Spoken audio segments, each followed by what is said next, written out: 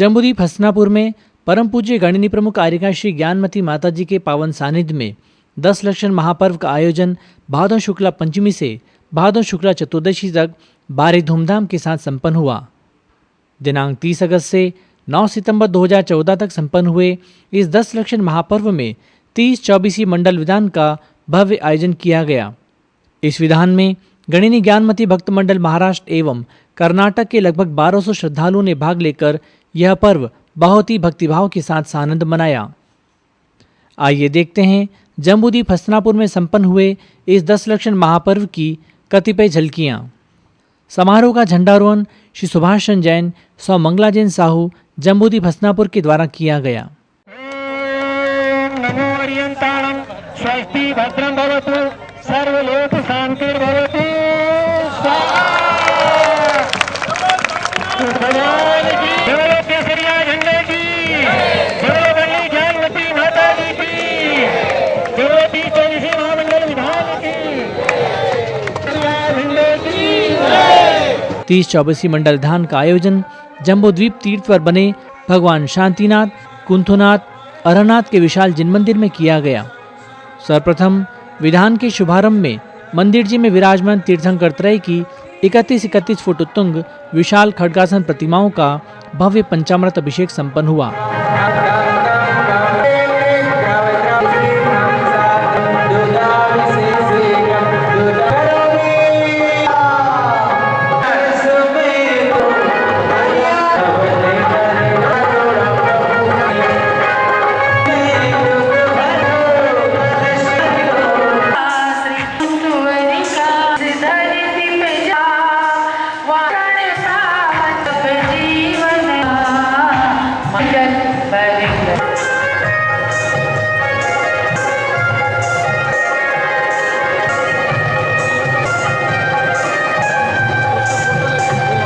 दस लक्षण पर्व में प्रतिदिन सौभाग्यशाली भक्तों द्वारा अपनी गुरुमां गणिनी प्रमुख आर्यिका श्री ज्ञानमती माता जी का पाद प्रक्षालन करके सभी ने अपने भाग्य की सराहना भी की।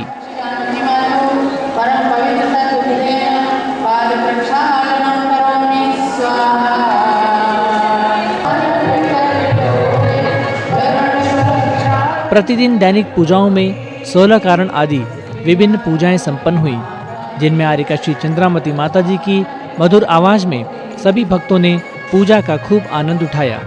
दर्शन की शुद्धि हो, आत्म की शुद्धि हो, आगे तीर्थंकर बनके इस जग से मुक्ति हो। आओ करें मिले आज सोलह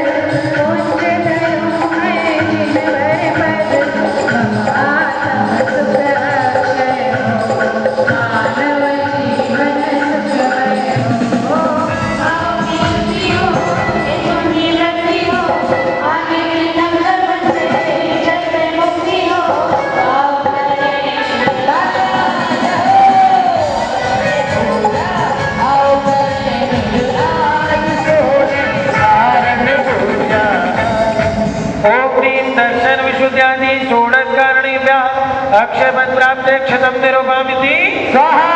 भावों की शुद्धि हो, निज गुण की वृद्धि हो, आगे तीर्थंकर बनके इस जग से मुक्ति हो। आओ करें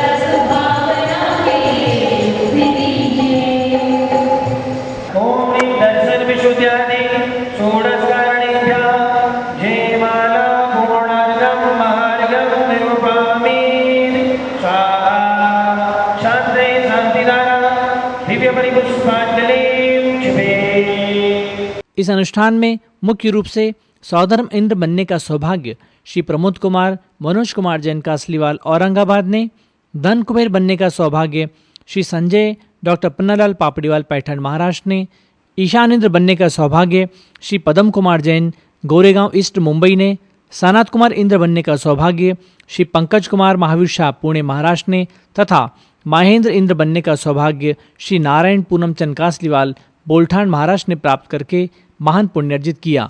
विशेष रूप से दशलक्षण पर्व के मध्य भादों शुक्लाष्टमी के दिन भगवान पुष्पदंत नाथ जी का निर्वाण कल्याणक महोत्सव विशेष पूजानुष्ठान के साथ मनाया गया।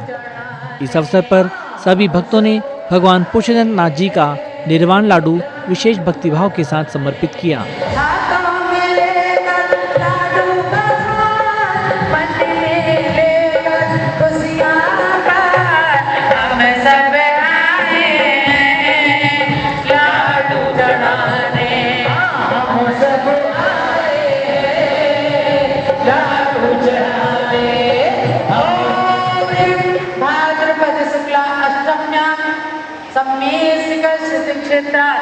श्री पुष्पदंतनाथ मोक्ष कल्याणकाय अर्घ्यं निर्मामि।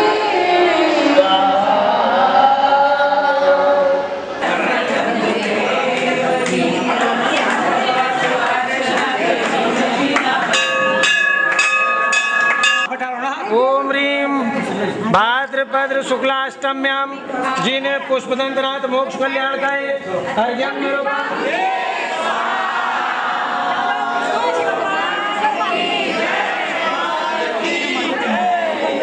ज्ञात होवे कि पूज्य गणिनी श्री ज्ञानमती माता जी की प्रेरणा से यह वर्ष श्री गौतम गणधर वर्ष के रूप में मनाया जा रहा है। अतः दशलक्षण पर्व में प्रतिदिन मध्याह्न में आर्यका श्री चंद्रामती माता जी के द्वारा गौतम गणधर वाणी का वाचन भी किया गया। इस वाचन में उन्होंने सभी भक्तों को गौतम स्वामी के मुख से निकले वचनों के बारे में बताकर उसका विस्तार से वर्णन किया। इस एकादश प्रतिमा नाम के अध्याय के अंदर जिन प्रतिमाओं के बारे में बताया है उनमें से 1, 2 से लेकर 7 प्रतिमा तक तो गृहस्थ लोग भी पालन करते हैं, घर में रहते हैं।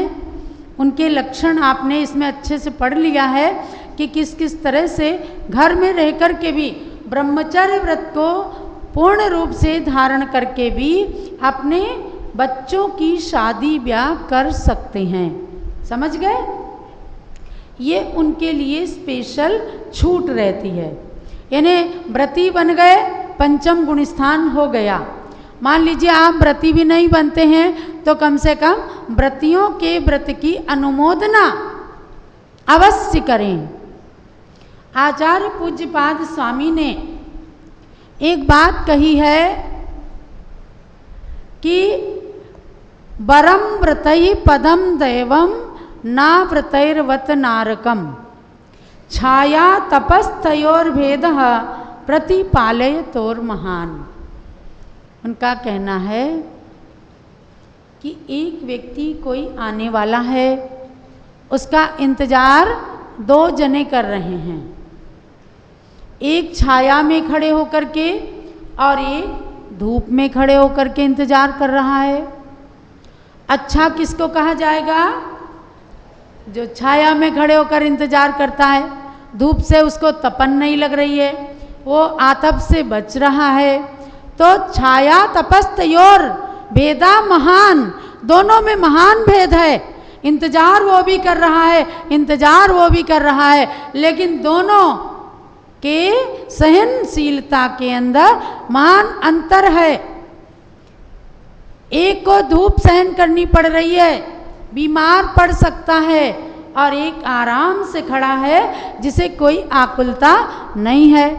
ऐसे छाया में खड़े हुए व्यक्ति के समान व्रती की उपमा दी है, जो व्रत का पालन करते हैं, अष्टमूल गुण पालते हैं, प्रतिमा का पालन करते हैं, अणुव्रती बन जाते हैं, तो छाया में खड़े हुए व्यक्ति के समान अच्छे माने जाते हैं।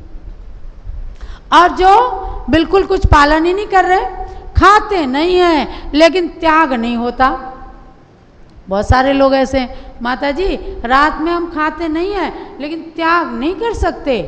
त्याग नहीं करोगे आप, नहीं भी खाओगे तो पाप लगेगा आपको, यानी कि उतना पुण्य नहीं लग सकता। और त्याग कर दिया आपने, चाहे थोड़ी सी देर के लिए त्याग कर दिया, 1 हफ्ते के लिए त्याग कर दिया, तो आपको उस त्याग का फल लग जाएगा। आई बात समझ में? तो हमारे प्रतिक्रमण पाठ में एक चीज आती है, अनाचार 2 तरह का होता है। ध्यान से सुनना, कठिन बात बिल्कुल नहीं है। अनाचार 2 तरह का होता है। एक अनाचार है जो समूल चूल व्रत भंग हो जाए। किसी ने ब्रह्मचर्य व्रत लिया, उसको तोड़ दिया, अनाचार हो गया। 28 मूल गुणों का पालन करने के लिए नियम किया, वो अपने व्रत पालन ही नहीं कर रहे, अनाचार हो गया। और तो ये अनाचार कहलाता, व्रतों को पूरी तरह से जड़ मूल से भंग कर देना, ये अनाचार है। और एक अनाचार ऐसा है, व्रतों को लेना ही नहीं। 10 लक्षण पर्व में सभी भक्तों ने प्रज्ञाशमनी आर्यकाशी चंद्रामती माताजी एवं संस्थान के अध्यक्ष कर्मयोगी पीठाधीश स्वस्ति श्री रविंद्र कीर्ति स्वामी जी के साथ ही अन्य आर्यका माताओं में